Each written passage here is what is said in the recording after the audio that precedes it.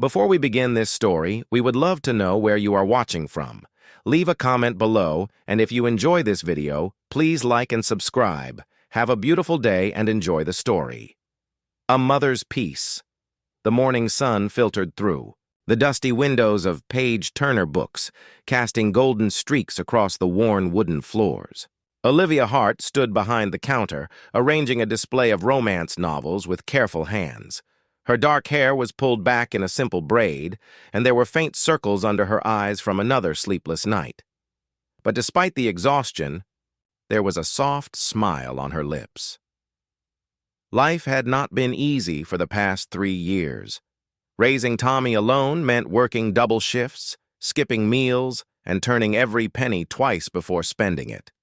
But it also meant coming home to tiny arms wrapped around her neck, wet kisses on her cheeks, and a voice that called her the best mommy in the whole world. That made everything worth it. The bookstore was quiet this Tuesday morning. Only a few.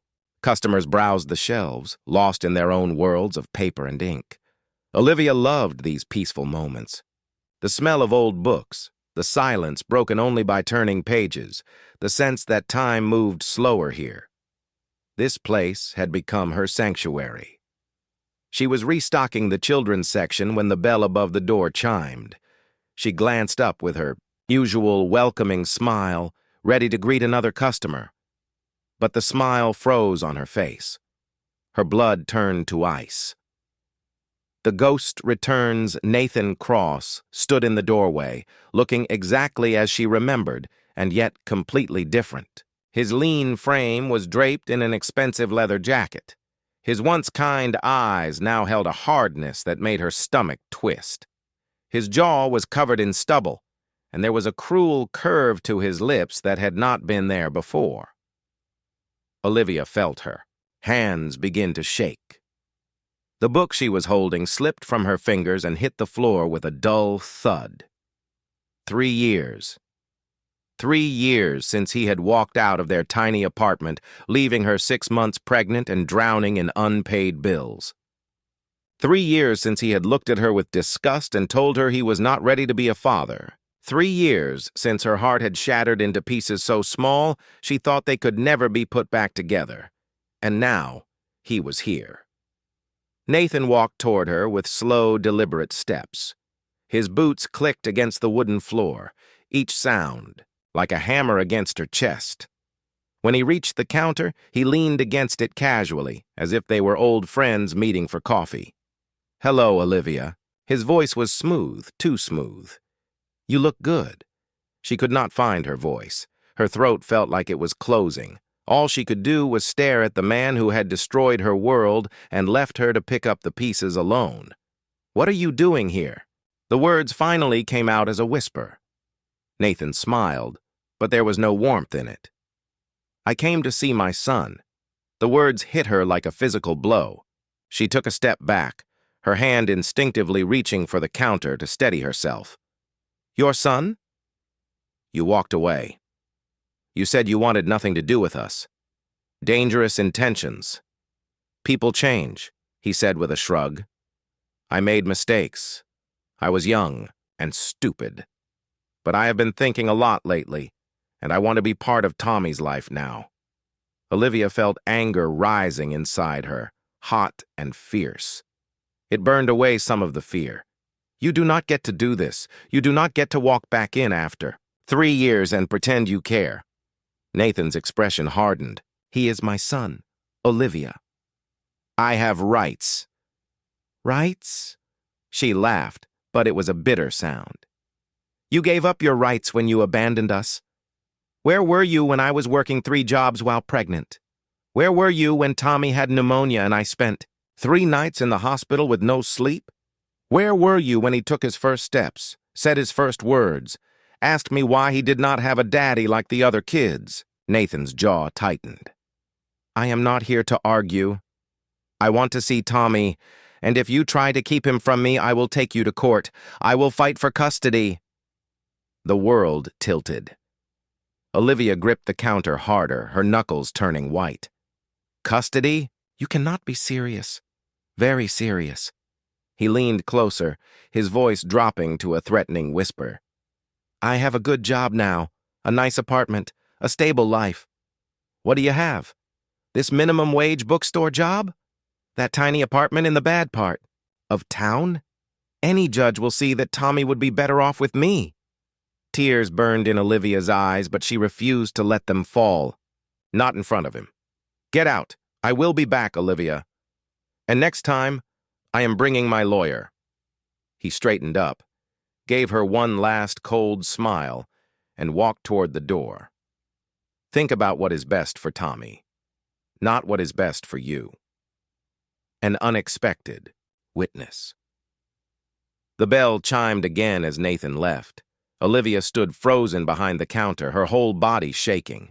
She felt like she might collapse. The fear was suffocating. Nathan had money now, resources. What if he really could take Tommy away? What if a judge decided that a struggling single mother was not good enough? Excuse me. Are you okay? Olivia jumped, startled. She had forgotten there were other people in the store. She turned and saw a man standing a few feet away. He was tall and broad-shouldered, dressed in an elegant dark suit that probably cost more than her monthly rent. His hair was black with hints of silver at the temples. His face was strong and handsome, with sharp cheekbones and a firm jaw. But it was his eyes that caught her attention. They were deep brown, warm, and filled with genuine concern. I am fine, she lied, quickly wiping at her eyes. Can I help you find something? The man studied her for a moment, and she had the strange feeling that he could see right through her lie. That man who just left. He was threatening you. It was not a question. Olivia felt her defenses rise. It is none of your business. You are, right? The man nodded slowly. But I happened to hear some of what he said, and I think you might need help. I do not need anything from strangers. Olivia turned away, pretending to organize books that were already perfectly arranged. Please, if you are not buying anything, I have work to do. There was a long silence. Then she heard footsteps approaching. The man placed a business card on the counter. His hand was strong and steady. My name is Vincent Sterling. If you change your mind about needing help, call me. Anytime, day or night. Olivia glanced down at the card. The name was embossed in elegant silver letters. Below it was a phone number and an address in the wealthiest part of the city. When she looked up again, Vincent Sterling was already walking toward the door. But before he left, he turned back one more time. Their eyes met across the quiet bookstore. No, child should be used as a weapon, he said quietly. And no mother should have to face that kind of threat alone. Then he was gone, leaving Olivia standing in the streaming sunlight, with his card in her trembling hand and 1,000 questions racing through her mind. That night, Olivia could barely sleep. She lay in her small bedroom, staring at the ceiling while listening to Tommy's soft breathing from his little bed across the room. The moonlight painted silver shadows on the walls, and every creak of the old building made her heart race. What if Nathan came here? What if he tried to take Tommy while she slept? She turned on her side and watched her son. His face was peaceful in sleep, his tiny chest rising and falling with each breath. His dark curls spread across the pillow, and one small hand clutched his favorite stuffed elephant. He looked so innocent, so unaware of the storm gathering around. Them. Olivia felt tears slide down her cheeks. She had worked so hard to build a safe life for him. She could not lose him. She would not. The business card sat on her nightstand. Vincent Sterling. She had looked him up online after work. The search results had made her dizzy. Vincent Sterling was not just wealthy. He was one of the most powerful businessmen in the city. His company owned half the commercial real estate downtown. His net worth was listed in the hundreds of millions. There were photos of him at charity galas, business conferences, and society events, always alone, always with that same serious expression. Why would a man like that offer to help someone like her? What could he possibly want in return? Olivia had learned the hard way that nothing in life came free. There was always a price. Morning brings new troubles. The next morning, Olivia dropped Tommy off at daycare with extra hugs and kisses. He giggled and squirmed in her arms, eager to go play with his friends. She watched through the window as he ran to the toy corner, his laughter bright and innocent. Her heart ached with love so fierce it hurt. "Please keep him safe," she whispered to no one in particular. "Please." When she arrived at the bookstore, her manager, Mrs. Chen, was waiting with a worried expression. "Olivia, someone was here looking for you early this morning, before we opened." A man. He was taking pictures of the store. Olivia's blood ran cold. What did he look like? Thin, leather jacket, unfriendly face. Mrs. Chen frowned. "He made me uncomfortable. I almost called the police." It was Nathan. Olivia knew it with absolute certainty. He was building a case against her, documenting her workplace, probably planning to argue that her job was not stable enough, that she could not provide properly for Tommy. Her hands started shaking again. She tried to focus on her work, but every few minutes she found herself staring at Vincent Sterling's business card, which she had tucked into her pocket. A dangerous encounter lunch. Time came, and Olivia stepped outside for some fresh air. The autumn wind was cool against her face. She walked to the small park across the street and sat on a bench, trying to calm her racing thoughts. She needed a plan. She needed to figure out how to fight Nathan without money for a lawyer, without resources, without anything except her love for her son. Well, look who it is. Olivia's head snapped up. Nathan stood in front of her, blocking the sun. He was not alone. A woman in an expensive suit stood beside him, holding a briefcase. She had sharp features and cold eyes. "Olivia, this is Jennifer Cole, my attorney." Nathan smiled that cruel smile again. "We are here to make things official." Jennifer stepped forward and handed Olivia a thick envelope. "You are being served with custody papers. We will see you in court next month. I suggest you get yourself a lawyer, though I doubt you can afford one." Olivia's hands shook as she took the envelope. She felt like she was drowning. "This is really happening. You are really trying to take my son away." "Our son," Nathan corrected. "And yes, Tommy deserves better than what you can give him. He deserves a real home, stability, a father." "You abandoned him," Olivia said, her voice breaking. "You do not love him. You just want to hurt me. A voice of authority, that is quite an accusation." The voice came from behind Nathan, deep and commanding. Olivia looked up and felt her breath catch. Vincent Sterling stood there, dressed impeccably in a charcoal suit. His presence seemed to fill the entire park. There was an authority about him that made even Nathan take a step back. "Who are you?" Nathan demanded. Vincent ignored him completely. His eyes were on Olivia, warm and concerned. "Are you all right, Miss Hart?" "How do you know her name?" Jennifer asked sharply, her lawyer instincts kicking in. Vincent finally turned his attention to Nathan and Jennifer. His expression was pleasant, but there was steel underneath. "I am Vincent Sterling," and I could not help but overhear this conversation. It seems rather aggressive for what should be a private family matter. Jennifer's eyes widened slightly at the name. She clearly recognized it. Nathan just looked confused and irritated. "This does not concern you. This is between me and Olivia." "Actually," Vincent said calmly, "I think it concerns anyone who witnesses a man who abandoned his child trying to use the legal system as a weapon against the mother who raised that child alone."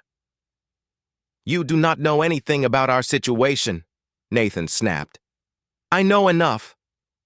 Vincent's voice grew harder. "I know that you left Olivia when she was pregnant. I know that you have not paid a single dollar in child support. I know that you have had no contact with your son for 3 years. And I know that suddenly showing up with a lawyer and threatening to take that child away is not the action of a loving father. It is the action of someone with a different agenda. Nathan's face flushed red. Who do you think you are? An offer of protection.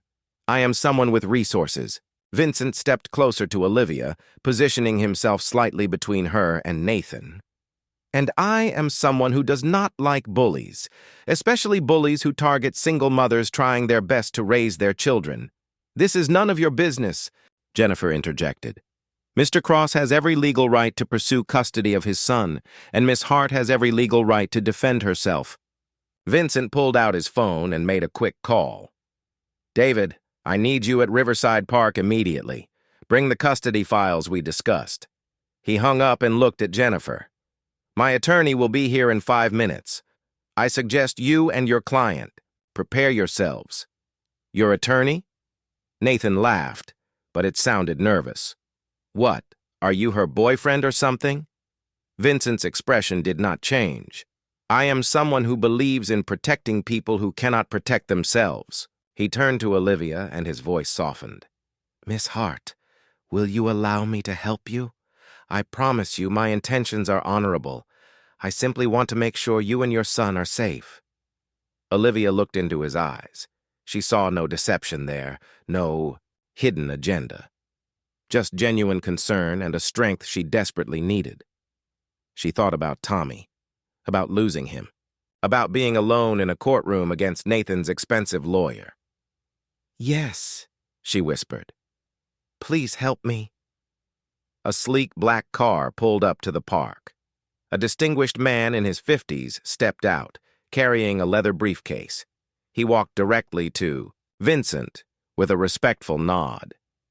David Chen, meet Olivia Hart. Vincent made the introduction smoothly. Miss Hart is being threatened with a custody suit by a man who abandoned his son 3 years ago. I want you to represent her. Pro bono. Of course, Mr. Sterling. David turned to Jennifer with a professional smile. Miss Cole, perhaps we should discuss this matter in a more appropriate setting than a public park. Shall we say my office tomorrow at 10? Jennifer looked frustrated but nodded. Fine. Come on, Nathan. Revelations and warnings as Nathan walked away. He shot Olivia a look full of rage. This is not over. You will regret this. After they left, Olivia collapsed back onto the bench. Her whole body was shaking. David excused himself to make some phone calls, leaving Vincent and Olivia alone. Why are you doing this? Olivia asked, tears streaming down her face. You do not even know me. What do you want from me? Vincent sat down beside her, maintaining a respectful distance. I want nothing from you, Miss Hart. He was quiet for a moment, staring out at the park. Then he spoke again, his voice heavy with old pain. 10 years ago, I had a younger sister. Her name was Caroline. She fell in love with a man who seemed charming at first. But after their daughter was born, he became controlling and abusive. When Caroline tried to leave, he took her to court. He had money and lawyers. Caroline had nothing. She lost custody of her daughter. Olivia's heart clenched. What happened to her? 6 months later, Caroline took her own life. She could not bear being separated from her child. Vincent's jaw tightened. The man had never wanted the daughter. He just wanted to punish Caroline for leaving him. After Caroline died, he gave the child to his parents and disappeared. I have been searching for my niece for 8 years. I still have not found her. Tears flowed freely down Olivia's face now. I am so sorry. When I saw that man threatening you yesterday, when I heard him talk about taking your son not because he loves him, but because he wants to hurt you. Vincent turned to look at her directly. I saw Caroline all over again. And I swore I would not let it happen to another mother. Not if I could stop it. A new alliance. Olivia understood now. This was not about her.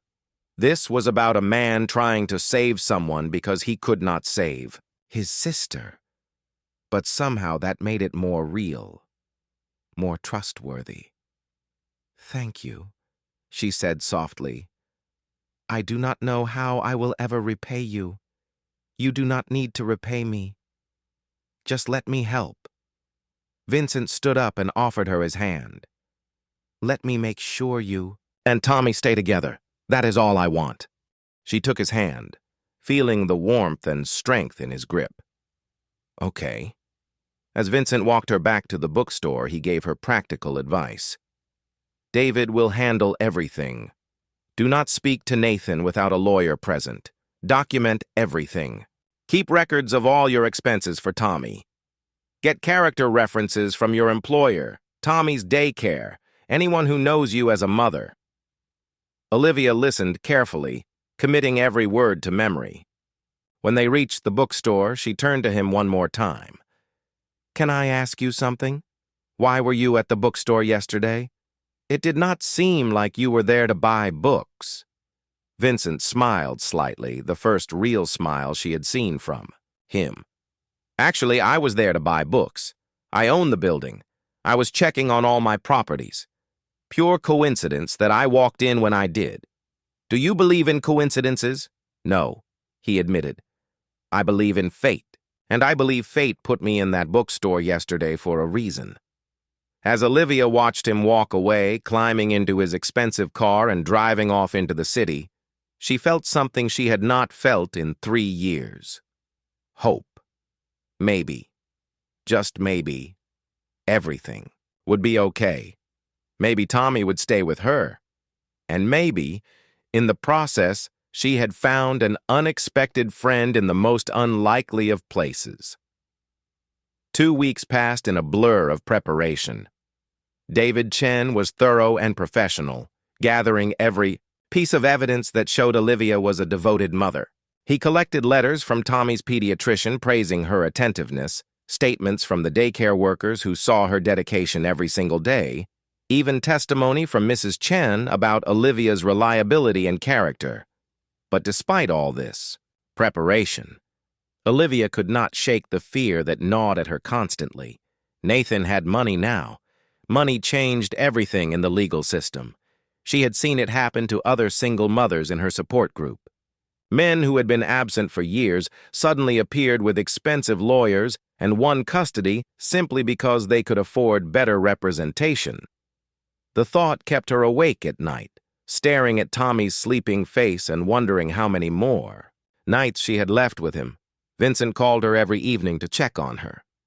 These conversations started as brief updates about the case, but slowly evolved into something more. He asked about her day, about Tommy, about her dreams and fears. He told her about his businesses, his travels, and occasionally, in quiet moments, about his sister Caroline. There was a gentleness in Vincent that contradicted his powerful exterior. Olivia found herself looking forward to these calls, found herself smiling at his dry humor and feeling comforted by his steady presence. "You should not be doing all this for us," she told him one night. "You barely know me." "Maybe that is exactly why I can help," Vincent replied. "I have no expectations, no history. I just see a mother who loves her son and deserves to keep him. Sometimes that clarity is what we need most." The confrontation. The custody hearing was scheduled for Friday afternoon. On Thursday evening, Olivia was giving Tommy a bath when someone knocked loudly on her apartment door. Her heart jumped into her throat. She quickly wrapped Tommy in a towel and carried him to his room, settling him with his toys. "Stay here, sweetheart. Mommy will be right back." She approached the door cautiously and looked through the peephole. Nathan stood in the hallway, and he was not alone. A woman with blonde hair and heavy makeup stood beside him, her hand possessively on his arm. Olivia's stomach twisted. She considered not answering, but Nathan knocked again, harder this time. "Olivia, I know you are in there. Open the door. We need to talk." Against her better judgment, she opened the door but kept the chain lock engaged. "What do you want, Nathan?" He smiled, but it did not reach his eyes. "I wanted to introduce you to someone. This is Crystal," My fiancé. We are getting married next month. The blonde woman gave Olivia a cold smile. Nathan has told me so much about you. Olivia felt her chest tighten. Why are you here? Nathan leaned closer to the crack in the door. I came to make you an offer. Drop the custody fight. Let Tommy come live with us. Crystal and I can provide him with a real family, a mother and a father, stability, everything you cannot give him. Tommy has a mother, Olivia said through gritted teeth.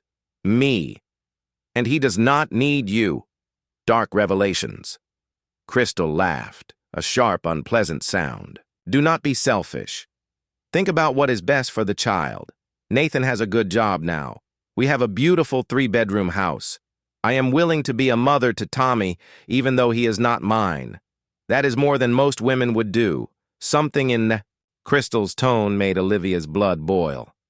You do not know anything about being a mother, and you certainly do not know my son.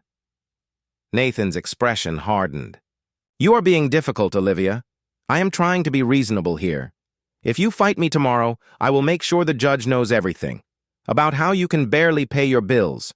About that time Tommy got sick and you took him to the free clinic, instead of a real doctor. About how you work in a dead-end bookstore job with no future. Every word was designed to hurt, and it worked. Olivia felt tears burning in her eyes, but she refused to let them fall. Get out, both of you. Get out before I call the police. You are making a mistake, Nathan said coldly. But fine. We will see you in court tomorrow. And when the judge gives me custody, do not say I did not try to make this easy for you.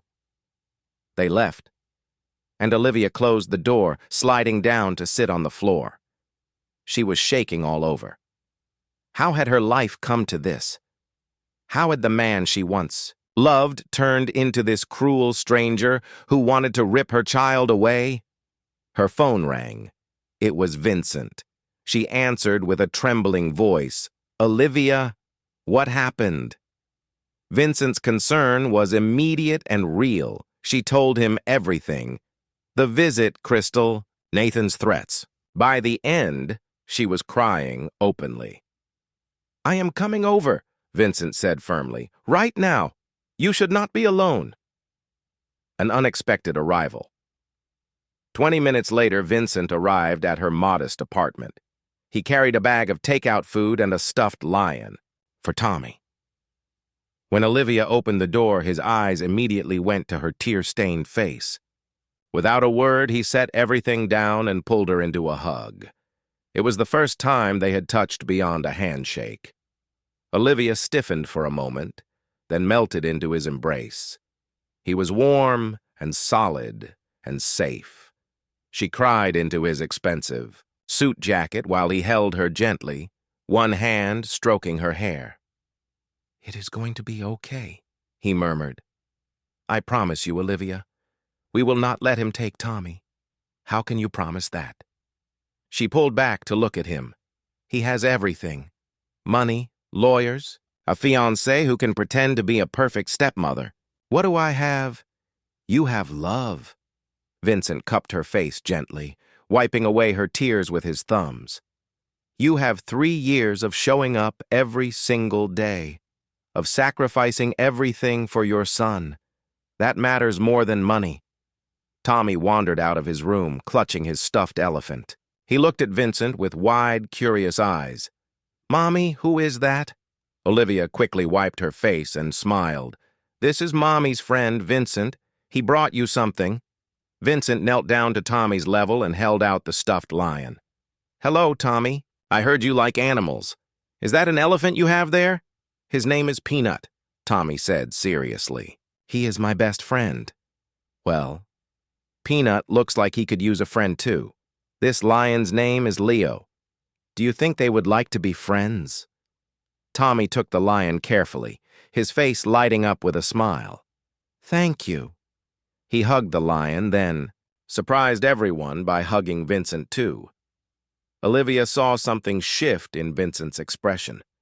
A softness, a pain, a longing. He hugged Tommy back carefully, and when he looked up at Olivia, there were tears in his eyes. The day of judgment, the next morning, arrived too quickly. Olivia dressed in her best outfit, a simple navy dress that Mrs. Chen had helped her pick out. She had barely slept. Her stomach was in knots. Vincent met her at the courthouse with David Chen. He looked confident and powerful in his dark suit, and his presence calmed her racing heart. "Remember," David said as they walked into the building, "stay calm. Answer questions directly. Show the judge who you really are." The courtroom was cold and intimidating. Nathan sat with Jennifer Cole on one side, Crystal beside him looking smug. Olivia sat with David, and Vincent took a seat directly behind her. She could feel his support like a physical presence. The judge was a stern woman in her 60s named Judge Patricia Morrison. She reviewed the files in front of her with a critical eye. The hearing began with Jennifer presenting Nathan's case. She painted him as a reformed man who had made mistakes but was now ready to be a father. She highlighted his income, his home, his upcoming marriage. Then it was David's turn. He methodically destroyed every one of Jennifer's arguments. He presented evidence that Nathan had never paid child support, never sent a birthday card, never made any attempt to contact his son. He brought in witnesses who testified to Olivia's devotion as a mother. Mrs. Chen spoke about Olivia's work ethic. The daycare director talked about how Tommy thrived under Olivia's care. But Jennifer was good. She brought up Olivia's financial struggles, the tiny apartment, the fact that she worked long hours. "Is it not true, Miss Hart, that you sometimes have to leave Tommy at daycare for 10 hours a day because you work 2 jobs? Jennifer asked during cross-examination. "Yes," Olivia admitted, her voice shaking. "Because I have been doing it alone, because his father abandoned us." The judge was about to call for a recess when Vincent stood up. "Your Honor, may I approach?" Judge Morrison looked surprised. "And you are?" "Vincent Sterling, Your Honor. I am a friend of Miss Hart's, and I have information relevant to this case." Jennifer jumped up. "Objection. This man has no standing in this case." Vincent pulled out a folder from his briefcase. "Your Honor, I have documentation that Mr. Cross has been under investigation by the District Attorney's Office for fraud and embezzlement. The case is being built as we speak." The courtroom erupted. Nathan jumped to his feet. "That is a lie," Vincent continued calmly. "Furthermore, I have evidence that Mr. Cross's sudden interest in custody coincides with a large inheritance he expects to receive from his grandmother. An inheritance that requires him to demonstrate family stability. He does not want his son. He wants to appear respectable to secure money." Judge Morrison held up her hand. "Mr. Sterling, these are serious allegations. Do you have proof?" Vincent handed the folder to the bailiff, who passed it to the judge. "Everything is documented there, Your Honor. Bank records, emails, testimony from Mr. Cross's former business associates." He approached the bench. "But there is something else, something that changes everything." He turned to face the courtroom, his eyes landing on Nathan. "I had Mr. Cross investigated thoroughly, and what I found was disturbing. Nathan Cross is not Tommy Hart's biological father. The shocking truth. The silence that followed was deafening. Olivia's mouth fell open. Nathan's face went white, then red. "That is impossible!" Nathan sputtered. Vincent pulled out another document. "DNA testing does not lie, Mr. Cross. I obtained samples from the medical records you submitted as part of your custody filing. The genetic markers prove conclusively that you are not Tommy's father." Olivia stood up, her legs shaking. "How is that possible? Nathan, we were together. You are his father." Nathan's face crumbled. He looked at Crystal, who stared at him in horror. Then he looked at Jennifer, who was already packing her briefcase. Finally, he looked at Olivia, with something that might have been regret. "I knew," he said quietly. "I have always known." The courtroom exploded again. Judge Morrison banged her gavel. "Order! Explain yourself, Mr. Cross." Nathan sat down heavily. When Olivia got pregnant, I suspected. So I had a test done secretly. She was 2 months along when I found out the baby was not mine. That is why I left. He looked at Olivia with dead eyes. I could not stand looking at her knowing she had cheated on me. I never cheated on you, Olivia whispered, tears streaming down her face. Vincent spoke up again, his voice gentle now. Your Honor, I had medical experts review Miss Hart's records. She was treated for a severe flu 3 months before she became pregnant. She was prescribed a strong antibiotic that can reduce the effectiveness of birth control. Based on the timeline, there is only one possible explanation.